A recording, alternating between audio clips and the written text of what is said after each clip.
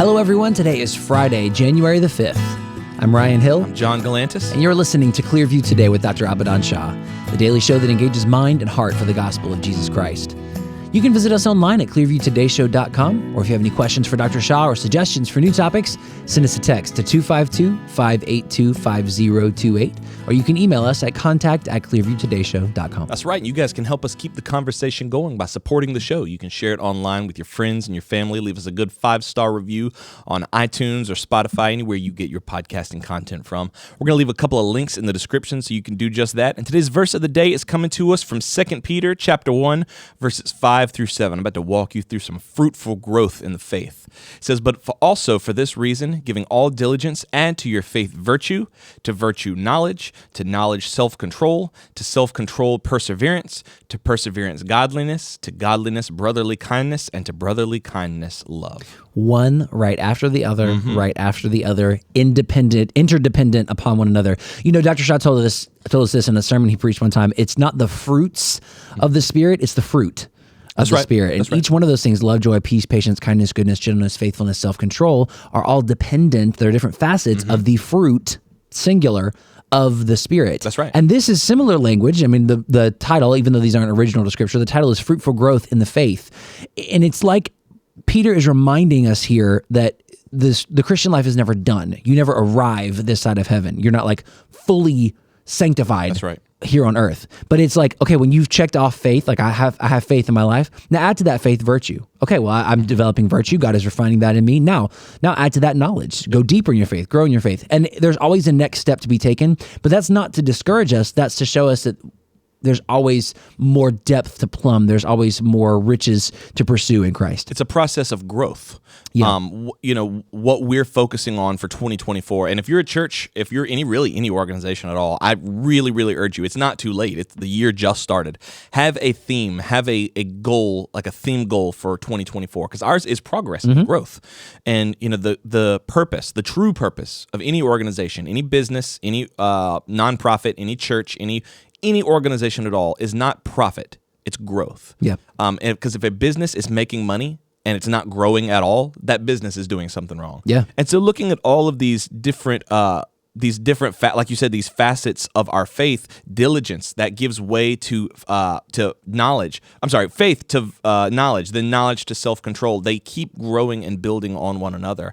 And ultimately you end up at a place where it's brotherly kindness. You end up at a place of love. You're not the ideal perfect God-man. You're just a Christian who walks and lives in love. Right. Speaking of our 2024 goals, we're 5 days into the new year. We are. Doesn't feel like it. I know, it's crazy. How is your resolutions coming? I know it's a bit early to be checking in. They're going pretty well so far. So I had really a twofold resolution for myself personally.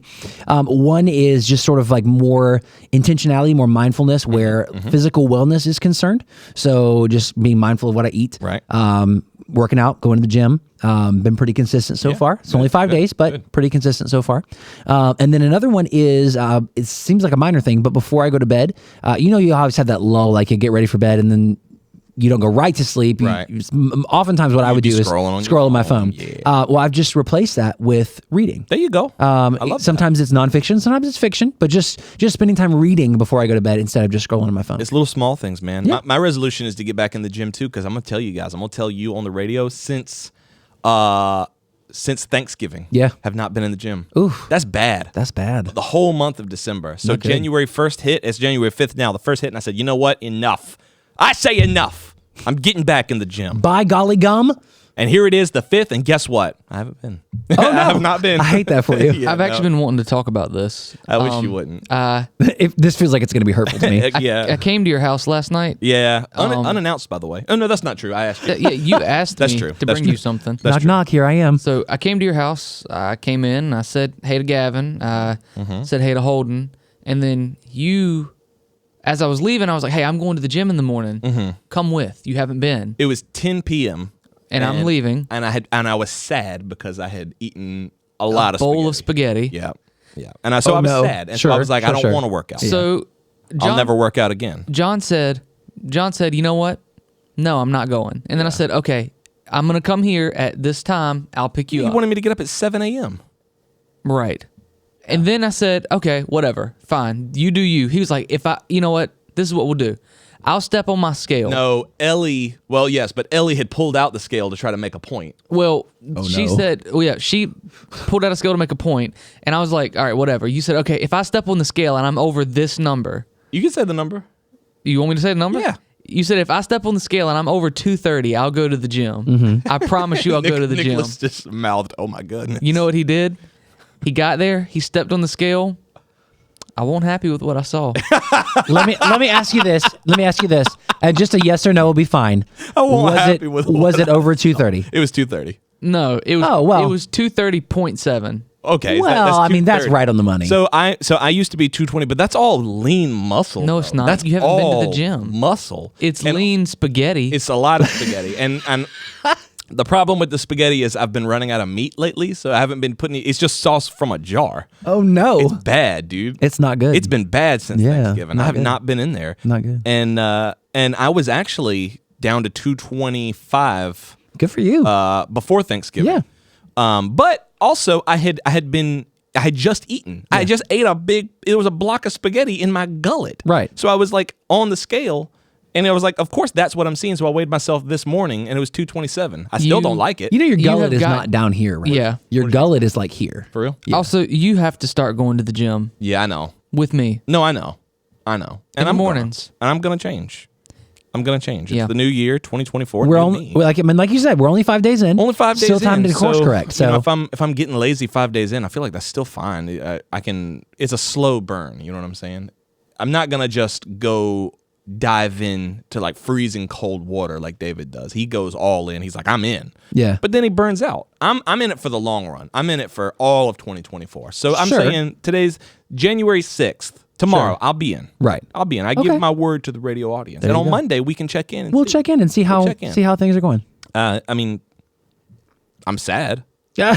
I'm sad. Is this the sadness or the spaghetti talking? Well, the thing is, when I'm sad, I eat spaghetti to feel better. Does it work? I feel sadder. Well, I feel sadder. don't But then know. when you feel sad, you have to eat the spaghetti. I don't think that's a good coping mechanism. felt- Write in and let us know how you're doing on your. I didn't mean to cut you off. No, you're What were fine. you I was saying? just going to say the worst part of stepping on the scales was just seeing David's eyes. It wasn't like, because I expected him to be like, see, I'm right. He was just sad. It was genuine. It was just sadness. He was sad. He was like, this shouldn't be. This should not be true to me. Nicholas is about to lose. Write in and let us know how He you're doing wants with a your mic. New Year's resolutions. 252-582-5028. Just want to encourage you. We've laughed about it on the show, but 5 days in, if you feel like you've already kind of fallen off the wagon, just pick yourself back up. It's all good. You got the rest of 2024. Jump back in. You can do it. I got nothing. Just play the ad. Visit us online today at clearviewtodayshow.com. We're going to grab Dr. Shah, and we'll be right back. Hey everyone, my name's Ellie, And I'm David. and we want to take a minute and let you know how we can actually serve you as you're listening to Clearview Today. The Bible paints an extraordinary picture of who we are as a church body. The mission of Clearview Church is to lead all people into a life-changing, ever-growing relationship with Jesus Christ. A huge part of leading people is praying for them. A big reason that Christians have unanswered prayers in their life is because they're not praying. You know, 1 John 5:15 says, "And if we know that he hears us, whatever we ask, we know that we have the petitions that we have asked of him." If you're listening to the Clearview Today show, we want to know how we can pray for you as well. There's a number of ways that you can get in touch with us at Clearview and share your prayer request, but the best way is by texting us at 252-582-5028. You can also send us an email at prayer@clearviewbc.org, or you can download the Clearview app on iTunes or Google Play. You know, on that app, there's a dedicated prayer wall that helps us to get to know what's going on in your life, how we can pray for you, and how we can take any necessary steps to get you moving in the right direction. Thanks for listening. Now let's get back to the show.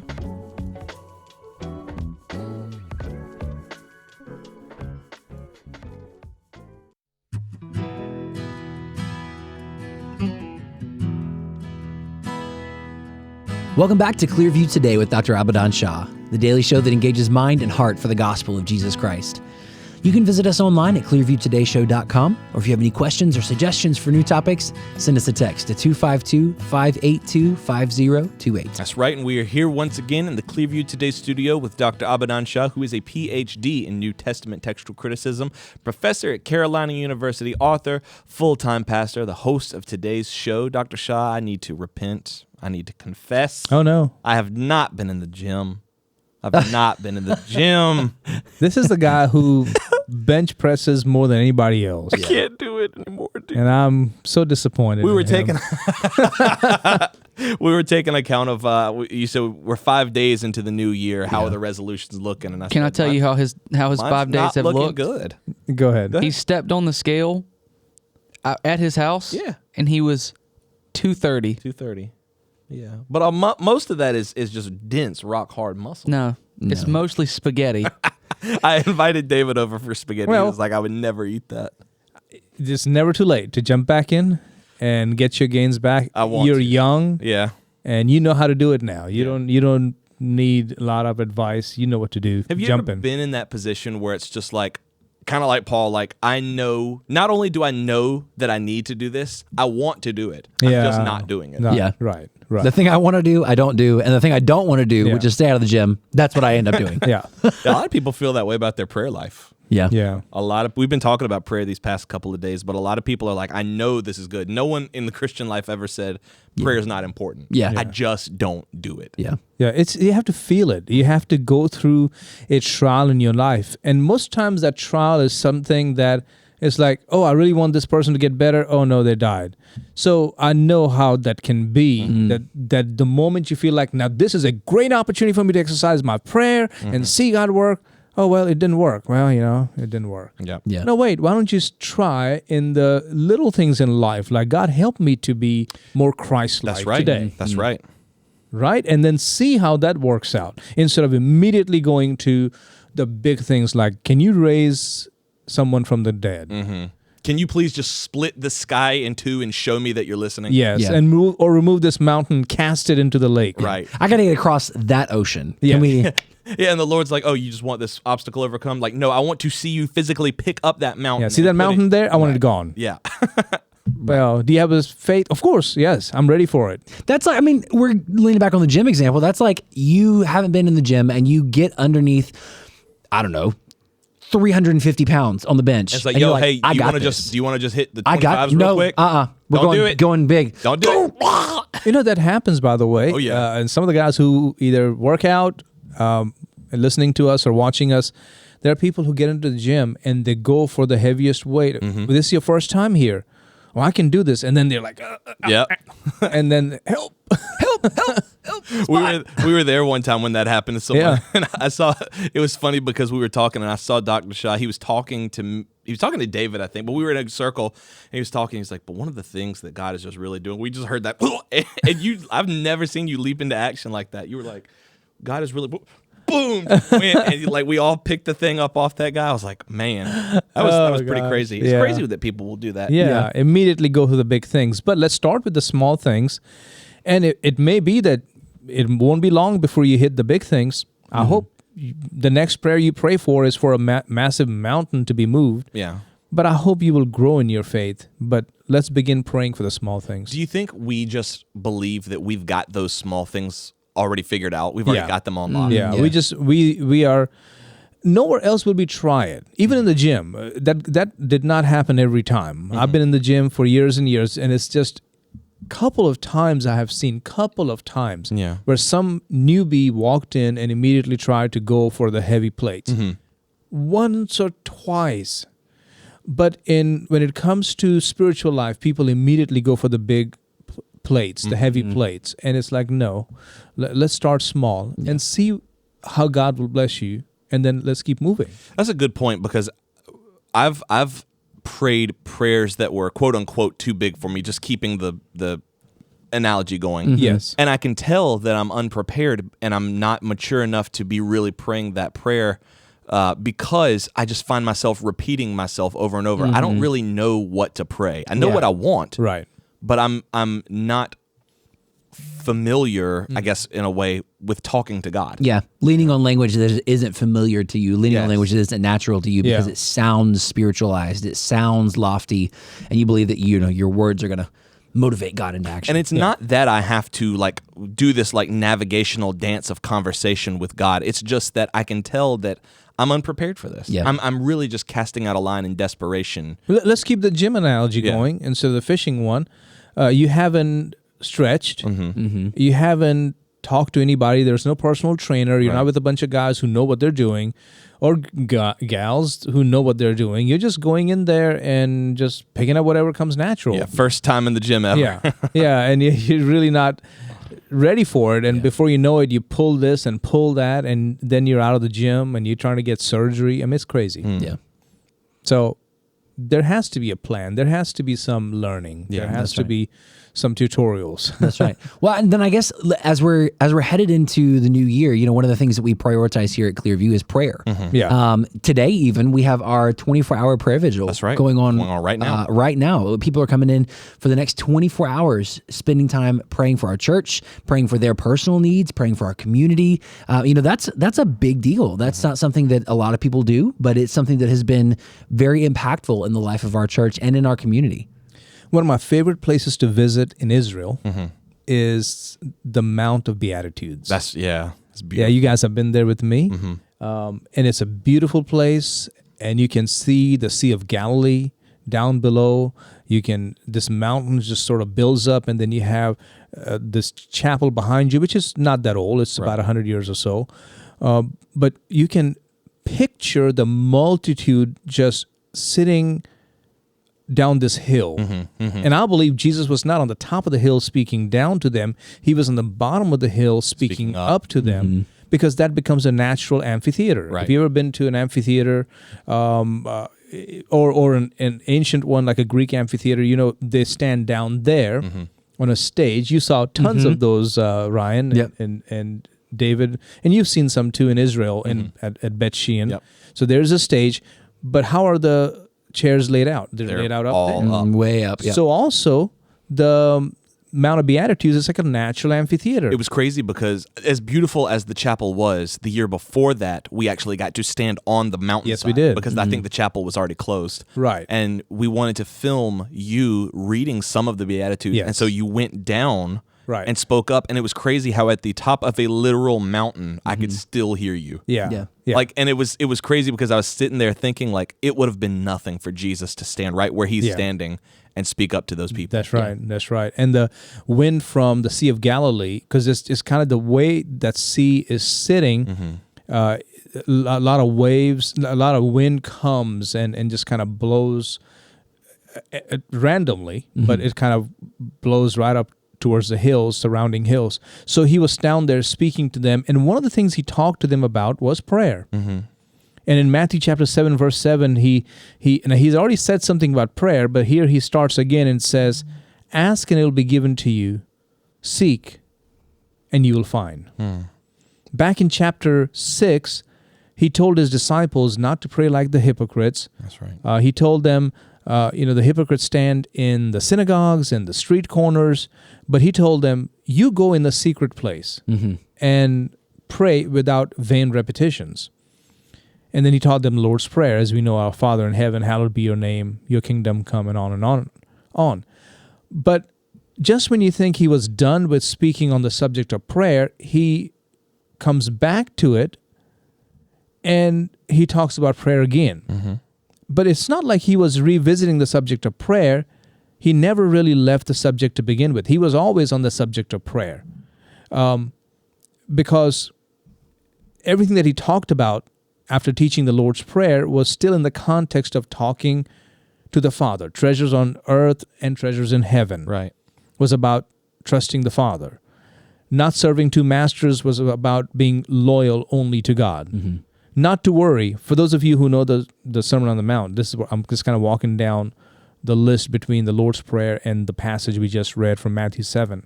Not to worry was about taking all your cares and worries and anxieties to God. Judge not was about prayerfully confronting and not condemning other people. So Jesus was still on the subject of prayer. But now what he is doing is that he is telling his disciples, prayer is hard because you want the answers now. That's right. You come to him when you are desperate and the situation has reached a breaking point. Mm-hmm. So when your prayers are not answered, or you feel like God doesn't care, those are the moments that you have to persist in prayer. Yeah, imagine how silly it would be if Jesus never prayed up until the Garden of Gethsemane. But the Right. reason those prayers he had such confidence is because every single day in the time of peace, Right. he was still getting up early in the morning and disciplining himself to pray to That's his right. Father. But what we do is we wait until we're right in the midst of the garden and be Yeah. like, all right, Lord, let this cup pass from Yeah. me. This is the first time we've spoken, but please just take this from me. We trick ourselves because we think, we grow up around prayer. We grow up, pray before you go to bed, pray before your meals. So we think that it's just this thing that comes naturally. But prayer actually takes a lot to develop as a discipline. Yeah. So it's not that the Lord's Prayer is not relevant anymore because now we are not in Matthew 6, we're in Matthew 7. Of course not. Lord's Prayer is the foundation, but then it goes above that and tells the disciples, or Jesus tells the disciples, that it's not going to be easy. Just because you know God as your Father, just because you know what it means to hallow His name or holify His name, just because you know it's about His kingdom, not yours, just because you know it's His will, not yours, and all these things, I can go down the list, does not mean prayer is going to be easy. You're going to have to persist in prayer. You're going to have to make sure you don't give up on prayer. That's right. Right. Hence, He says it 3 times. Triple imperative. Ask, seek, and knock. Very similar to what Paul had said in 1 Thessalonians 5:17, pray without ceasing. Yeah. That's right. Whether you get the answer or not, or whether you get the answer you don't want, it doesn't matter. You keep on asking, keep on seeking, and keep on knocking. Yeah. So let's keep reading. Verse 8 says, for everyone who asks, means who keeps on asking, receives, and he who seeks, keeps on seeking, finds, and to him who knocks or keeps on knocking, it will be opened. And then it even gives us a little illustration here. Or what man is there among you who, if his son asks for bread, will give him a stone? I mean, calling on the nature of God, right? Imagine like Patrick Star just biting into a big rock. Poor kid cutting their teeth Yeah. on a Yeah. rock. Or if he asks for a fish, will he give him a serpent? I mean, think about a serpent, a Yeah. cobra, or a viper, Yeah. or a diamondback, or a whatever, Yeah. right? Just hand it to you. Here you go. He goes like, oh my goodness, I just got bit by a snake, and it's my own dad. Thanks a lot, Pops. Yeah, why would you do that? I thought it was like a little rubber snake. No, it was a real That's one. a real one, man. I thought you said you wanted a fish, right? There you go. There you go. If you then, being evil, know how to give good gifts to your children, how much more will your Father who is in heaven give good things to those who ask Him? So, think about that. You really don't imagine Jesus using sarcasm like that. Right. Yeah. But this is his humors. Yeah. Yeah. What Jesus is really saying is he's not advocating persistence in prayer as much as assurance in the nature of God. That's a great Yeah. point to make, because we are not saying, because we're talking about that going forward, growth and discipline in your Yeah. spiritual life. But it's not that the more you do it, Just storm the gates of heaven. Yeah, Have you heard people say that? Yeah. Storm the gates of heaven. You're going to storm the gates of heaven? Did you realize how that's going to pan out Yeah, for you're you? gonna I don't lose. think that's going to go well for I think you, pal. someone tried that once. Yeah. I would not Yeah, recommend it doesn't work like that at lightning all. from heaven, I'm But pretty sure it's was not that the more you pray, the happier God is with you, or the better you get at it. It's Yeah. that you know God better, and you have, like you said, assurance in Him. Yeah, it's about really trusting in the nature of God, knowing that's my Father. Mm-hmm. So maybe He didn't hear me this time, or maybe He wants me to wait, or maybe He really wants to see how earnest I am. That's right. In asking for whatever I'm asking for. So I'm going to keep asking, believing that He is my Father, and He will give it to me in His own will and timing, or He will give me something better. Yeah.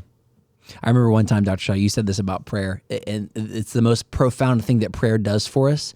It's not a magic pill. It's not a, wave your wand and this will happen. It's prayer changes our heart to match God's heart. Right. So that we begin to pray for the things that God wants. It's sort of a misnomer. Prayer is powerful. We hear that, but prayer is not powerful. My communication with him is not powerful. God is powerful. Right. And prayer changes us. That's right. That's right. So the enemy will always get you to doubt that and make you feel like God doesn't care or doesn't want to give you the best or he's holding out on the best for your life. So you have to just reject those thoughts and don't believe those lies. Instead, trust the nature of God. Wow. Trust the nature of God. Yeah. You think people do that? You think people let the enemy get to them and that's why they stop praying? Oh, because they start definitely. believing. Yeah. There are a lot of agnostics sitting in church. Wow. Yeah. If I may say it again, restate it. There are a lot of believing agnostics sitting there. Wow. They believe, oh yeah, Jesus died on the cross for my sins. I do believe that. I just don't know for sure if this Christianity thing works for me. I hear the Bible, and I know Pastor Shah preaches the Bible, or whoever your pastor is. He preaches the word. Do you really believe and take that word to heart? Yeah. Well, no, you can't do that. You got to know sometimes God doesn't know. No, really, nobody here, just me and you talking and maybe God. Do you really, really, really believe what you're hearing? And if people are deathly honest, they'll say they don't. They don't. Yeah. That's a chilling statement. It is, because you start thinking about all the rash, erratic decisions people make in their lives without praying. And it's I think you're right. It ultimately comes down to there's some lie that they believe about God. Yeah. They think the wrong thing of God. Yeah. And also, we need to keep in mind, Jesus was not promising a health and wealth prayer. Just listen to verse 11. If you then, being evil, know how to give good gifts to your children, how much more will your Father who is in heaven give good things to those who ask him? So, God may not want you to have all the health and wealth. Nothing wrong with health and wealth, and you can pray for those things, and it's okay to pray for your health. You're going for surgery, or you got some sickness or some weakness or whatever it is. You can pray for those things, but there's more that God wants to do in your life and through your life than just health and wealth. Yeah. I mean, think about people in the Bible like Job. So I was going to say, I was like, if that's the metric, then Job we've got some failed. people in the Bible who didn't failed. Job get all his stuff back at the end of the story? You mean to tell me he just kept scratching with the pottery? Yeah, but I mean, the kids he lost didn't come back to life. I know. I'm just joking. And then Moses, with his impediment and all that. And then Ruth losing her husband. And then Paul with a thorn in the flesh that he prayed for again and again and again and again. It's not just 3 times, but he kept on praying. And God said, no, I'm going to leave that thorn right there. Yeah. And because I'm going to work through that thorn. Yeah. Right. I think something you told me years ago is that God loves you too much to answer every prayer the way that you want. Yeah. Because the things that I would have asked God for, the things that I did ask God for as a 20-year-old, would have served me ill in life. Yeah. Of course. Yeah. It would have set me up for failure if I'd gotten a yes to that prayer. That's right. That's right. And so could it be that asking now for health and wealth, if I'm asking like, God, make me a millionaire, could it be that would harm me? Yeah. Maybe you should be praying, Lord, not my will, but yours be done. And it's not a not my will, yours be done, as in I'm just not going to pray and just, trust God for his will. No, he wants you to come and ask for what you're asking for. Right, right. But in that asking, what you're really saying, what Ryan said earlier, Lord, help my prayer to conform to your will for my life. Yes. Yeah. Help me want what you want. Yeah. For That's me. Right. That's I love that. I hope this has been helpful for your prayer life. Those of you who are listening, that's something that we can write off or something we can neglect a lot of times. See, I say grace before dinner. I say my prayers before bed. But prayer is so much more than that. And I pray that this, our hope here at the Clearview Today Show is that this would help catapult you into a deeper prayer life as you head into 2024. If today helped you in your prayer life, write in and let us know, 252-582-5028. Or, of course, you can visit us online at clearviewtodayshow.com. Don't forget, you can partner with us financially on that same website. Scroll all the way to the bottom, click that donate button, and let us know that gift is coming from our Clearview Today Show family. We count you a blessing as we impact the nations together with the gospel of Christ. Also want to remind you to visit mightymuscadine.com and use that promo code TODAY, that's TODAY, for a great little discount on all of their products listed on their website, as well as a portion of those proceeds coming right back here to the Clearview Today Show. John, what do we have on deck for next week? Next week, we are still setting up our 2024 goals, talking about some of the things we as a church are going to be doing in 2024, some of the things that you can be looking forward to in your life and in your ministry. Lots of good things happening next week. That's right. Yep. Everything we can do to keep you on track. Love you guys. We'll see you next week on Clearview Today.